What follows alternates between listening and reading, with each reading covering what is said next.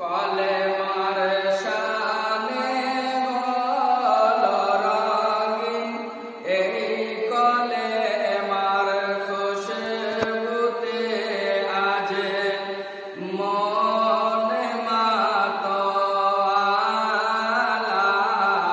লা ইলাহা ইল্লাল্লাহ, লা ইলাহা ইল্লাল্লাহ। জান্নাতের ওই দরজাতে হাজির হবে একে একে, জান্নাতে